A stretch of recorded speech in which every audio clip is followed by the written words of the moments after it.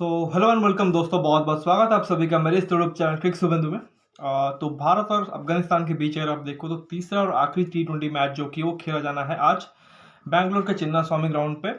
जो दूसरा मैच हुआ था इंदौर के होलकर स्टेडियम में, उसमें टीम इंडिया ने एक और बहुत ही अच्छी जीत दर्ज कर ली थी और 2-0 से सीरीज में एक तरह से आगे हो गए थे। हालांकि उसके बारे में मैंने आपको बताया नहीं था। थोड़ा सा उसके बारे में बात कर लेंगे। जो भी एक तरह से मैच का हाल रहा था, जैसे रोहित का कमबैक पहले मैच में हो गया था, वैसे विराट का भी हुआ था क्योंकि विराट ने पहला मैच मिस कर दिया था। और साथ ही जायसवाल की भी कमबैक हुई थी इस मैच में, क्योंकि वो पहले मैच में इंजरी की वजह से खेले नहीं थे, बट दूसरे मैच में बहुत ही बढ़िया कमबैक किया, बहुत अच्छी पारी खेली और एक तरह से कहेंगे मैच विनिंग नॉक खेली थी। और शिवम दुबे ने लगातार कंसिस्टेंसी बरकरार रखी, अपनी ऑलराउंड स्किल से एक तरीके से प्रभावित किया है टीम मैनेजमेंट को और साथ ही इंडियन क्रिकेट के फैंस को। उसके बारे में बात करेंगे। और ऑब्वियसली क्योंकि एक आखिरी सीरीज है, आखिरी मैच है बिफोर वर्ल्ड T20, तो बात कर लेंगे कि किस तरह से टीम इंडिया की तैयारी होने वाली है और क्या एक तरीके से कॉम्बिनेशन उनको ट्राई करना चाहिए। सबसे पहले मैं आपको मैच का हाल बता देता हूँ जो भी एक तरह से सेकेंड गेम में हुआ था। तो क्योंकि इंदौर में मैच था तो एवरीवन एक्सपेक्टिंग कि रोहित शर्मा टॉस जीत के एक तरह से बैटिंग करेंगे। और ऑब्वियसली क्योंकि छोटा सा ग्राउंड है तो ये एक्सपेक्टेड था कि अगर अफगानिस्तान टॉस जीतती है तो हमें वो पहले एक तरह से बल्लेबाजी ही कराएंगे।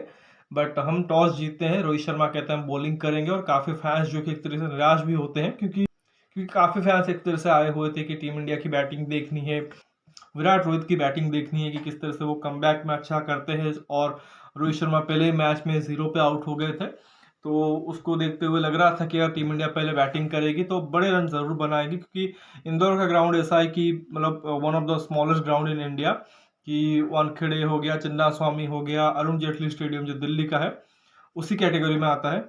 और फ्लैट विकेट रहता है यहाँ पे। T20s में 220-30 आराम से बन जाते हैं। और ओडीआई फॉर्मेट में अगर आप देखो तो 350 रन इजीली बन जाते हैं, 400 रन भी बन जाते हैं। तो ऐसे में ये एक्सपेक्टेशन था, बट जो डिसीजन थी रोहित शर्मा की उसने कहीं ना कहीं फैंस को फ्रस्ट्रेट जरूर किया होगा।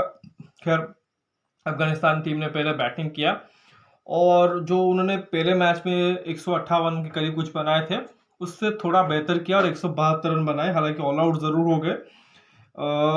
पिछले मैच में उनसे थोड़ी सी इंटेंट की कमी दिखी थी, बट इस मैच में प्रॉपर इंटेंट दिखाया। हालांकि टॉप ऑर्डर अगेन फेलियर रहा। सिर्फ अब उसमें देखो कि जो उन्होंने एक बदलाव किया था, रहमत शाह जो उनके डेब्यूटेंट थे पहले मैच में उनको ड्रॉप किया था और एक एक्स्ट्रा स्पिनर खिलाया था नूर अहमद के रूप में। ऑब्वियसली बिकॉज कि उनकी बैटिंग डेप्थ तो अच्छी खासी ही है, जिसे वो यूज़ नहीं कर रहे हैं ठीक तरीके से, बट उनको थोड़ा सा गेंदबाजी को भी स्ट्रॉन्ग करना था, तो उसी वजह से नूर को खिलाया था। और गुलबदीन नई को ऊपर भेजा था नंबर 3 पे, जो कि एक हार्ड हिटिंग बैट्समैन है, बड़े शॉट खेलते हैं, उनके ऑलराउंडर हैं, तो उन्होंने बखूबी वो एक तरह से काम निभाया था। और 57 किए थे 35 बॉलों में, 5 चौके और 4 छक्के मारे थे। ताबड़तोड़ बैटिंग उन्होंने की थी, लेकिन उसके अलावा देखो तो टॉप ऑर्डर से उतनी कंट्रीब्यूशन नहीं आई थी। गुरबाज ने 9 में 14 रन किए थे, एक चौका और एक छक्का मारा था। पिछले मैच से बेहतर इंटेंट दिखाया था, बट बड़ी पारी नहीं आई। इब्राहिम जदरान जो उनके कप्तान है, ऐसा लगता है कि थोड़ा सा बेहतर वनडे प्लेयर है, बट T20 में अभी भी काफ़ी एक तरह से उनको काम करना है उनके स्ट्राइक रेट को लेके। पिछले मैच में भी स्लो खेला था, इस मैच में भी बहुत ज़्यादा कुछ कर नहीं पाए। 10 बॉलों में 8 रन है। अजमतुल्ला उमर जय जिन्होंने पहले मैच में अगर आप देखो अच्छी बैटिंग की थी, इस मैच में वो फेल रहे, 2 रन किए हैं 5 बॉलों में। शिवम दुबे ने बहुत अच्छे स्लो रन पे उनको बोल्ड किया।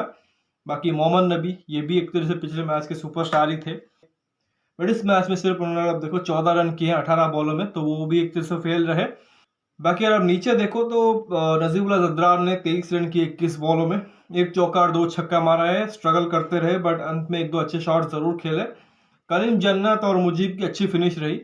करीम जन्नत जो उनके बॉलिंग ऑलराउंडर कह सकते हो, आई थिंक फेमस मैच याद आ रहा है एशिया कप शायद 2022 में, जहाँ पे आसिफ अली ने शायद उनको 3 छक्के या 4 छक्के मार के मैच फिनिश किया था एक मैच में। तो उन्होंने हालांकि अगर आप देखो अच्छी फिनिश किया है बैटिंग से, 20 रन किए सिर्फ 10 बॉलों में। और मुजीब के पास जो बैटिंग टैलेंट है, अच्छी खासी हिटें लगा सकते हैं डाउन द ऑर्डर, तो उन्होंने दिखाई है। 21 रन किए सिर्फ 9 बॉलों में, 2 चौके और 2 छक्के मारे हैं। तो ओवरऑल देखो अगेन वही जिस तरह से पिछले मैच में बैटिंग की थी, इसी मैच में भी अगर आप देखो लगभग उसी काइंड की बैटिंग की, एक कह सकते हैं कि उन्होंने एवरेज टाइप ऑफ स्कोर बनाया, लेकिन जो मैच विनिंग टोटल होता है, जो पार स्कोर होता है, उससे तो काफ़ी कम था। इंडिया ने गेंदबाजी अच्छी की है, स्पेशली अगर आप देखो तो अक्षर और अर्शदीप, अक्षर Patel man of the match बने। 4 ओवर में 17 रन देके 2 आउट किया, और जबकि अर्शदीप ने 3 आउट किया 4 में 32 रन देके। 2 विकेट रवि बिश्नोई को भी मिले, बट वो थोड़े से महंगे साबित हुए हैं। 39 रन दिए हैं 4 ओवर में, जो कि ऑब्वियस है क्योंकि छोटा सा ग्राउंड है तो स्पिनरों को एक तरह से मार पड़नी है, और स्पेशली अगर आप लेग स्पिनर हो। शिवम दुबे को भी एक विकेट मिला अजमतुल्ला उमरजाई का, बट वो काफ़ी महंगे साबित हुए क्योंकि उनको डेथ ओवर्स में बॉलिंग कराई थी। तो कुछ नया जो कि एक तरह से रोहित शर्मा ट्राई कर रहे हैं। ठीक है, कोई प्रॉब्लम नहीं है, ऐसे मैचेस आएंगे, बट यही है कि लगातार उनको बॉलिंग करा रहे हैं, वो अच्छी चीज़ है। 3 में 36 जरूर उनको पड़े हैं, बाकी 2 में 21 मुकेश को पड़े और 3 में 23 वॉशिंगटन सुंदर को पड़े। दोनों विकेट लेस रहे, मतलब ठीक ठाक स्पेल रहा है, और बहुत ज़्यादा भी खराब नहीं कहेंगे कि अगर मुकेश ने 2 में 21 दिए हैं स्पेशली इस ग्राउंड के ऊपर। तो खैर ये एक तरह से बॉलिंग का हाल था। और उसके बाद अगर बैटिंग की बात करें तो सबसे पहले तो रोहित शर्मा की बात होगी, क्योंकि कप्तान है और कमबैक हुई है, तो उम्मीद करते हो कि अच्छा करेंगे। बट आई थिंक इंटेंट तो उनमें दिख रहा है, बट वो जो रन है वो नहीं दिख रहे हैं।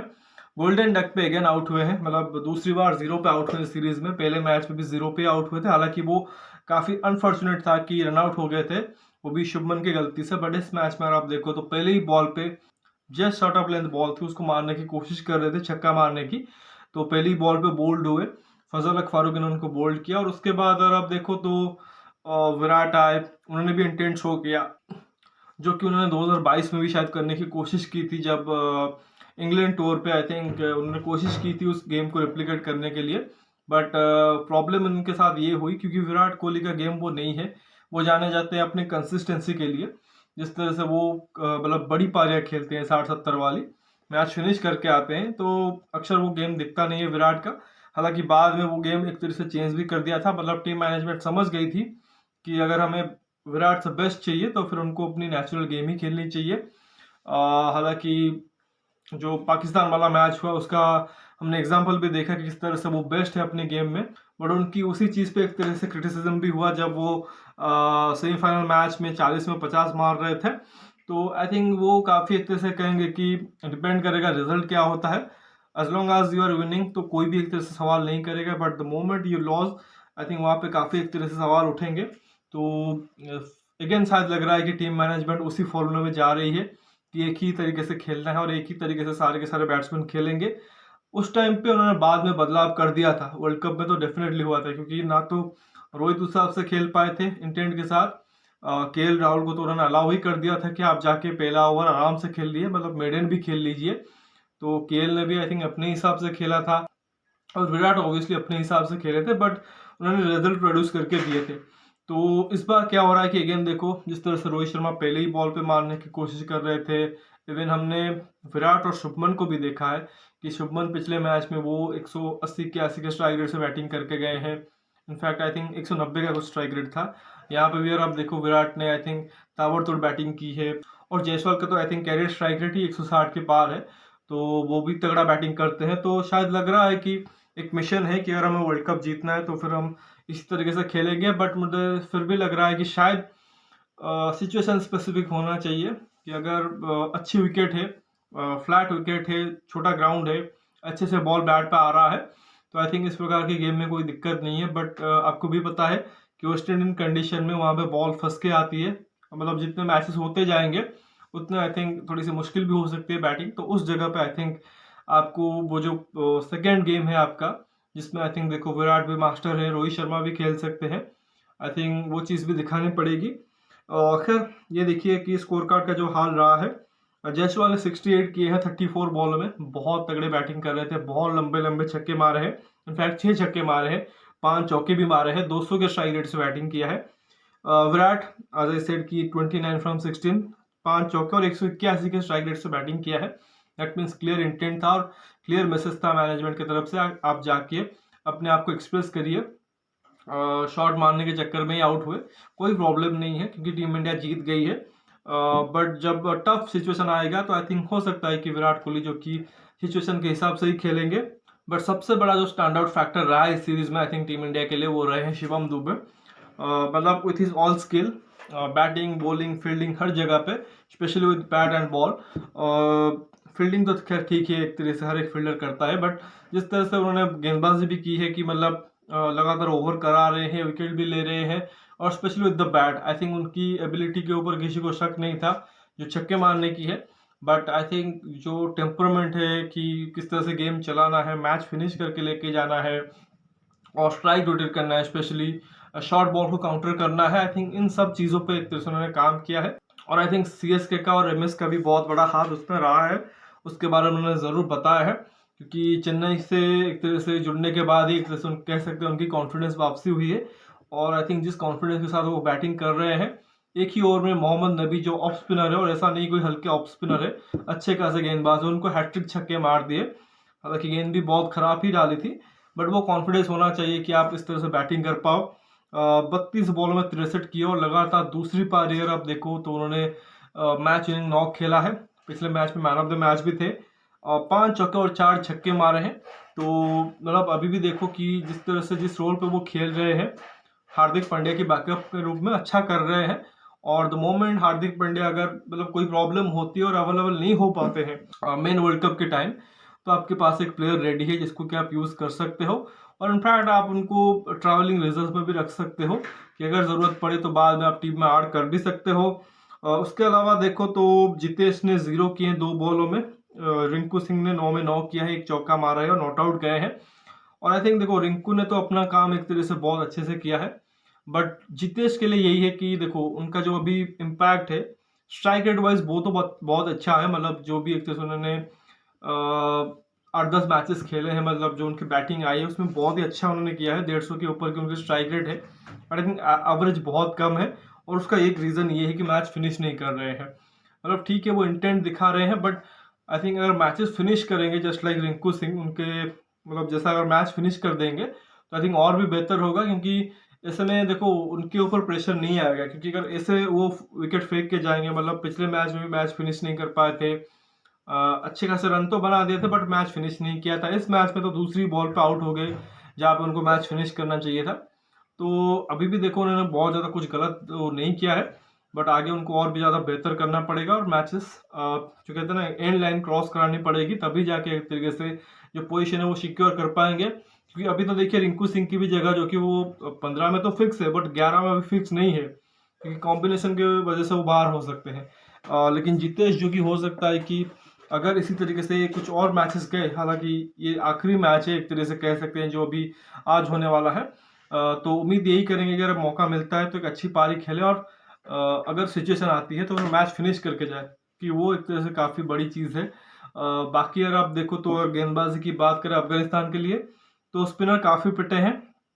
तीनों जो उनके स्पिनर थे, चाहे मुजीब हो, नाबी हो या फिर नूर हो, तीनों ही अच्छे गेंदबाज हैं। ऐसा नहीं कि कोई ख़राब गेंदबाजी अटैक है। अच्छी खासी एक तरीके से उन्होंने गेंदबाजी की है प्रीवियसली, और यही आई थिंक गेंदबाज थे जो कि वर्ल्ड कप में अच्छा भी कर रहे थे 2023 में। अभी रिसेंटली इंडिया में जो वर्ल्ड कप चल रहा था, और एक राशिद खान नहीं है, लेकिन फिर भी आप उम्मीद करते हो कि थोड़ी सी फाइट देंगे, बट इनके स्पिनरों की हालत बहुत ख़राब रही है।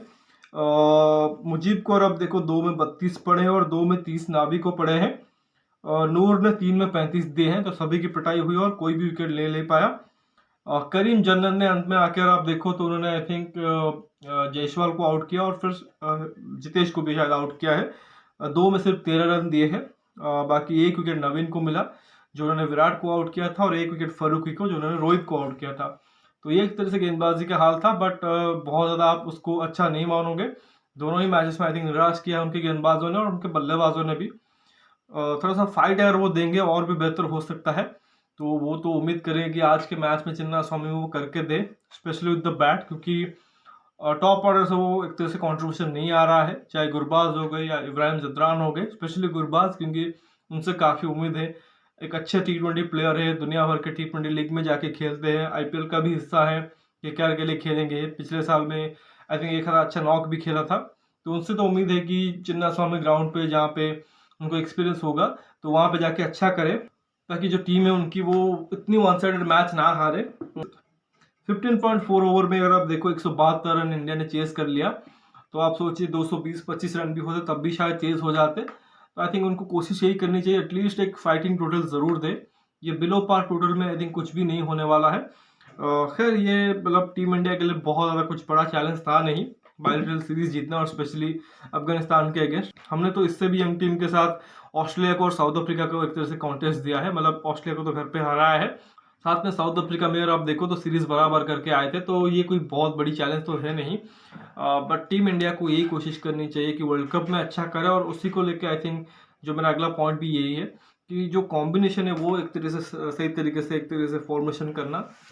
15 तो खैर अभी देखो कि आप सोच सकते हो कि आप 3-4 तेज गेंदबाज ले जाओ, 2-3 स्पिनर ले जाओ, फिर 2 विकेट कीपर और फिर बचे हुए आपके जो बल्लेबाज है, तो आप इस हिसाब से सोच सकते हो। या फिर आपको लग रहा है कि अगर हमें कुछ एक्स्ट्रा एक तरह से चाहिए बल्लेबाज, तो ऐसे में आप एक आधा गेंदबाज कम करा सकते हो, स्पेशली विद पेस बॉलिंग, क्योंकि आपको पता है कि हार्दिक अगर कम बैक करते हैं तो वो अच्छी से गेंदबाजी कर लेंगे। तो फिर आप 3 ही पेसर खेल लेके जाओ, 3 स्पिनर ले जाओ तो 6 हो जाएंगे, फिर 2 विकेट कीपर ले जाओ, कितने हो गए 8, और फिर 7 बल्लेबाज ले जाओ। तो आई थिंक ये कुछ आप कर सकते हो। और उसके लिए अभी भी देखो, क्योंकि फाइनलाइज करना मुश्किल है कि आखिर 15 क्या होगी, क्योंकि इसमें देखो आईपीएल आने वाला है, तो आईपीएल के ऊपर भी डिपेंड करेगा, मतलब फर्स्ट जो इनिशियल एक तरीके से जो पहला मंथ होगा, क्योंकि कुछ टेंटेटिव शेड्यूल जो कि आई थिंक मार्च 22 से स्टार्ट माना जा रहा है, और अराउंड मई का महीना शायद तब तक आपको स्क्वाड देना है। तो आई थिंक एक महीना तो आराम से एक तरह से निकल गया होगा, जहाँ पे एक तरह से आप टीम सिलेक्ट करोगे, तो आराम से जो टीमें हैं फ्रेंचाइजी उनके 3-4 मैचेस तो हो गए होंगे। तो होपफुली अगर वहाँ से कोई एक तरह से नया सरप्राइज हमें देखने को मिलता है, क्योंकि अभी देखो कि कौन सा वो खिलाड़ी थोड़े से आउट ऑफ स्कीम हुए हैं, चाहे केएल राहुल हो, ईशान किशन हो, श्रेयस अय्यर हो, या कह सकते हैं कि ऋतुराज के भी चांसेस नहीं लग रहे हैं।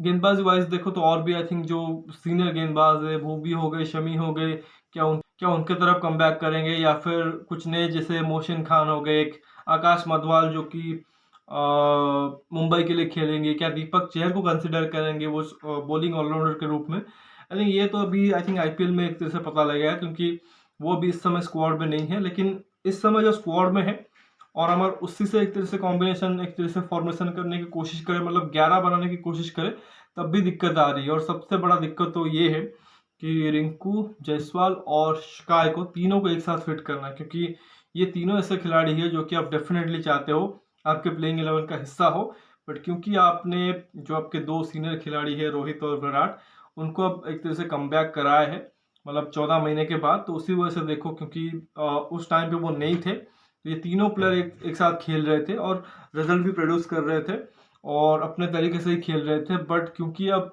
जब 2 स्लॉट एक तरीके से आप कह सकते हो कि ऑलरेडी फिक्स हो चुके हैं, तो ऐसे में एक स्लॉट वहाँ पे खाली होने वाला है, इधर वो रिंकू बाहर जाएंगे या फिर जायसवाल, क्योंकि स्काई को आप बाहर नहीं कर सकते, उनको आप छू नहीं सकते। आपको वो कॉम्प्रोमाइज इधर एट द टॉप करना होगा या फिर एट बॉटम, मतलब नंबर 6-7 पे फिनिशर करना पड़ेगा। मेरी जो पर्सनल एक तरह से प्रेफरेंस रहेगी, मैं चाहूँगा कि रिंकू को एक तरह से आप कंसिडर करें, क्योंकि बहुत हार्ड होगा यशस्वी जायसवाल को ड्रॉप करना। बट आप सोचिए कि आपको एग्जैक्टली चाहिए क्या। सपोज कि वो ओपन नहीं करते हैं जायसवाल, तो आपके पास स्टिल रोहित है, विराट है, रोहित शर्मा उस रोल में खेल लेंगे जो आप एक्सपेक्ट करते हो कि यशस्वी खेले। हाँ, अगर वो नहीं कर पाते हैं फिर वो ये आपकी गलती है कि आप उनको एक तरह से रिकन्सिडर किया है इस फॉर्मेट, जबकि ऑलरेडी आपके पास जायसवाल थे, शुभमन अभी बेंच पे बैठे हुए हैं, ऋतुराज अभी आने बाकी हैं। तो अगर रोहित शर्मा परफॉर्म नहीं कर पाते, डैट मीन्स ये उनकी तो एक तरह से फेलियर होगी, साथ ही आपके सोच की भी फेलियर होगी, क्योंकि वो फॉर्म के बेसिस पे या मेरिट पे नहीं आए हैं, आपने एक तरह से गैम्बल लिया है। बाकी विराट ने तो दिखा दिया है, आई थिंक वो अभी भी एक तरह से बहुत अच्छा कर सकते हैं, नए फ्रेश इंटेंट के साथ खेल रहे हैं तभी इतना अच्छा कर रहे हैं, अगर अपने स्टाइल से खेलेंगे तो और भी अच्छा करेंगे। तो विराट से मुझे उतना कोई एक तरह से प्रॉब्लम नहीं है, और इनफैक्ट अगर वो कम बैक भी करते तो मैं चाहता कि वो ओपन करते, और अभी भी चाहता हूँ कि वही ओपन करे, कि नंबर 3 का जो स्लॉट है आप सूर्य कुमार यादव को दीजिए, बेस्ट पॉसिबल वे होगा। ज़्यादा से ज़्यादा आप कोशिश करिए 14-15 ओवर उनको देने की, जहाँ पे अगर वो 30-35 बॉल भी खेलते हैं, 60-70, मतलब हर मैच वो आपको ला के देंगे। और बाकी अगर रोहित शर्मा कप्तानी करेंगे, अगर टीम में हैं, आप उनसे ओपन कराइए विराट के साथ, ठीक है, जायसवाल की बलि पड़ रही है, पर उनको एज अ बैकअप ही रखिए, क्योंकि रिंकू को खिलाना बहुत ज़रूरी है। और मैं क्यों बता रहा हूँ, क्योंकि देखो नंबर 3 स्काई हो गए, फिर नंबर 4 पे आप ये देखिए कि अगर आपको एक विकेट कीपर चाहिए, जो कि टॉप 4 में खेले, उसमें ईशान हो सकते हैं या फिर केएल भी हो सकते हैं। अगर आप उन दोनों में से किसी को पिक करते हो तो हो सकता है आप उनको टॉप 4 में खिलाओ। फिर नंबर 5 आपका हार्दिक हो जाएगा, क्योंकि वो मस्ट है। अगर हार्दिक नहीं है तब भी आप कोशिश करोगे कि शिवम दुबे को खिलाएं, क्योंकि आपके पास एक छठा बॉलिंग विकल्प होना बहुत ज़रूरी है। क्योंकि T20 फॉर्मेट में आप अफोर्ड नहीं कर सकते कि आपके पास सिर्फ 5 गेंदबाज हो, और अगर किसी दिन किसी एक गेंदबाज का दिन खराब रहा या फिर वो अगर सामने वाली टीम टारगेट कर दे आपके गेंदबाजों को अच्छे विकेट के ऊपर, तो सारे के सारे बॉलिंग आपकी एक्सपोज हो जाएगी और आपके पास ऑप्शन ही नहीं रहेगा कि आप किसी दूसरे गेंदबाज के पास एक तरह से जा सको। तो शिवम दुबे / हार्दिक पांड्या वो नंबर 5 का हो जाएगा। और फिर नंबर 6 पे एज ए सेड कि रिंकू सिंह को आपको खिलाना ही पड़ेगा। जितेश को अगर आप खिलाते हो तो फिर आप हार्दिक को रिंकू को एक स्लॉट ऊपर कर दोगे, जितेश 6 हो जाएंगे। हालांकि एक और कॉम्बिनेशन हो सकता है कि जहाँ पे आप रिंकू को भी खिला दो और जायसवाल को भी खिला दो, वो ये कि आप सिर्फ 5 बॉलिंग ऑप्शन के साथ जाओ। बट अभी मैंने जस्ट कहा कि वो पॉसिबल नहीं है। अगर टीम इंडिया ये ट्राई करती है तो फिर बैकफायर भी कर सकता है। नॉट नेसेसरली कि वो ग्रुप स्टेज में ये एक तरह से या सुपर 8 स्टेज में ही हो सकता है कि बड़े फाइनल के दिन पे ही कर जाए, तो वो भी एक तरह से बड़ी दिक्कत आपके लिए ला सकती है। आई थिंक वो मैं चीज़ करना नहीं चाहूँगा या फिर एक्सपेक्ट भी नहीं करूँगा टीम इंडिया वो करे। बड़ी कॉल है, एक हैराश कॉल हो सकता है, बट आपको लेनी पड़ेगी। और क्योंकि मुझे लगता है कि रिंकू सिंह इस वक्त ज़्यादा एक तरह से ज़रूरत है टीम इंडिया को, एक फिनिशर की ज़्यादा ज़रूरत है टीम इंडिया को, जो कि आखिर 6 में अगर 18 रन भी चाहिए होगा इजीली कर दे, तो मुझे लगता है वो बेहतर चॉइस रहेंगे। बाकी अभी टीम इंडिया क्या करती है वो देखना पड़ेगा। इस सीरीज़ में, इस मैच में, जो भी आखिरी मैच आज होने वाला है, वहाँ पे तो जायसवाल इजीली खेल जाएंगे और हो सकता है आके शतक भी मार दे।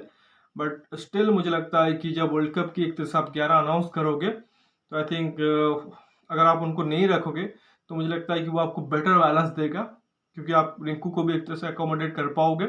लेकिन अगर आप उनको रखते हो फिर आपको रिंकू को छोड़ना पड़ेगा, वो एक तरह से गलत कॉल भी हो सकता है। बट अगर आप देखो तो ऑलरेडी आपने गलत कॉल कह सकते हैं या बोल्ड कॉल कह सकते हैं या एक कह सकते हैं गैम्बल लिया है द मोमेंट आपने रोहित शर्मा को रिकंसिडर किया है T20 में। अगेन मैं सेम चीज़ कह रहा हूँ, हो सकता है कि रोहित शर्मा का फैंस जो कि वो काफ़ी नाराज़ हो जाए, बट यही सच्चाई है कि रोहित शर्मा इस वक्त शायद T20 टीम में डिजर्व नहीं करते थे। ठीक है, आप अगर ओडीआई फॉर्म को कंसिडर करोगे तो फिर अगेन मैं सेम चीज़ कहूँगा कि फिर केएल राहुल को भी आना चाहिए था, श्रेयस अय्यर को भी आना चाहिए था, क्योंकि उनके लिए भी जगह बनती थी, क्योंकि उन्होंने भी वर्ल्ड कप में अच्छा किया था और अच्छे इंटेंट के साथ उन्होंने भी बैटिंग की थी। तो प्रॉब्लम वही है कि आपने एक गलती कर दी है, अब उसके लिए आपको आई थिंक एक यंग प्लेयर की बलि देनी पड़ेगी और मोस्ट लाइकली वो हो सकता है कि आगे चलते हुए जायसवाल हो जाए। इस सीरीज में क्योंकि हार्दिक नहीं है, क्योंकि सूर्या नहीं है, उसी वजह से आप रिंकू को भी खिला पा रहे हो।